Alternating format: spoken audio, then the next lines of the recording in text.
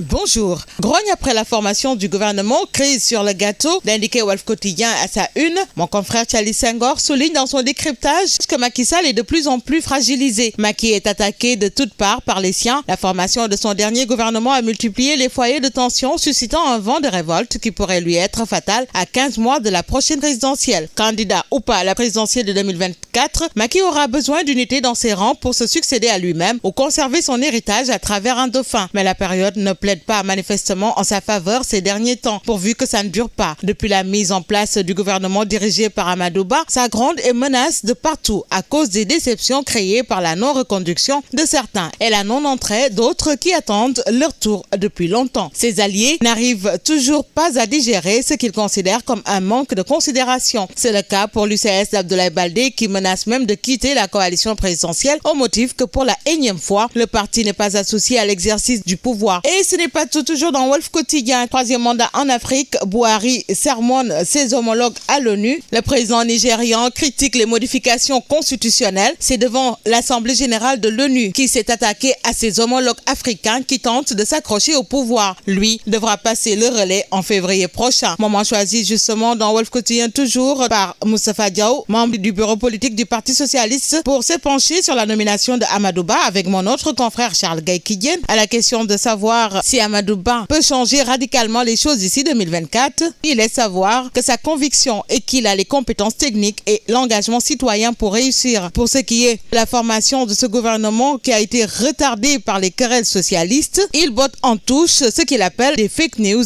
Les instigateurs de ces fausses informations sont des mesquins et des ennemis de notre parti et de notre coalition, bien entendu. Confie le responsable socialiste Moustapha Diaw au moment où un autre socialiste signale, cette fois-ci dans la tribune, il s'agit de Barth qui risque de perdre ses mandats. La cour d'appel confirme son jugement dans l'affaire Ndiaga Diouf. Le maire de Dakar risque de subir le sort de Khalifa Sall, un verdict qui compromet la carrière politique de Diaz Fils. Barth, guetté par le syndrome Khalifa, enchaîne à l'info quant à la confirmation de sa peine de prison par la cour d'appel. Sud Quotidien dans la même veine, affaire Ndiaga Diouf, Barthélémy Diaz dans la tourmente. Professeur Ndiak Fall, spécialiste en droit pénal, dixit tant que sa condamnation n'est pas définitive, Barthélémy Diaz reste député et maire. Daoud Demil, journaliste et spécialiste en droit, à son tour d'indiquer des articles qui avaient valu à Khalifa Sall une révocation ne peuvent être invoqués contre Barthélémy Diaz. Mais en tout cas, retenez que Barth est en sursis selon source A dans la suite et pas fin de l'affaire Ndiaga Diouf. Le pire est que si la chambre criminelle de la Cour suprême rejette le pourvoi en cassation, le maire de Dakar pourrait être révoqué en application de l'article 135 du Code général des collectivités territoriales. L'article 135 dispose justement, je cite, lorsqu'un maire ou tout autre conseiller municipal est condamné pour crime, sa révocation est de droit. Le maire de Dakar et le procureur peuvent se pourvoir en cassation devant la chambre criminelle de la Cour suprême. Après Khalifa, Barth condamné, cruel destin d'enchaîner Busby le jour qui annote la Cour d'appel confirme la condamnation à 2 ans dont 6 mois ferme. Barth déclare: je ne bougerai ni de l'Assemblée ni de la mairie de Dakar. Vers un pourvoi en cassation dans l'affaire Ndiaga Diouf, suite et pas fin, note cette fois-ci critique qui revient sur la dernière parade de maître Rouré Chiba et ses confrères. Terminus des ambitions politiques, Barthélémy Diaz fait entorse à la règle au tribunal de Dakar. Professeur Ndiak Fall revient, le pourvoi en cassation est suspensif en matière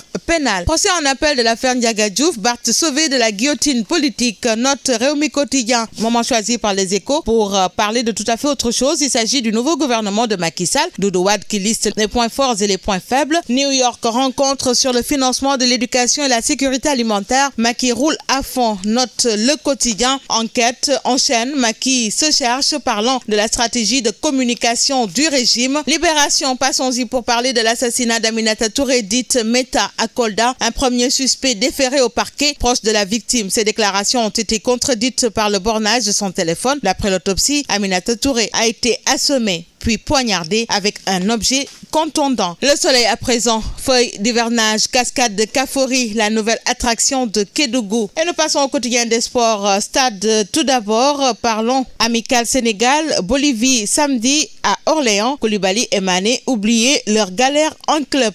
Sous-nous en boucle avec le ministère des Sports, passation de service. Yankhoba Diattara promet d'être le ministre de tous les sports. Matarba confie les résultats que nous avons obtenus. La suite à compléter dans Sous nos lampes. Bonne lecture à tous.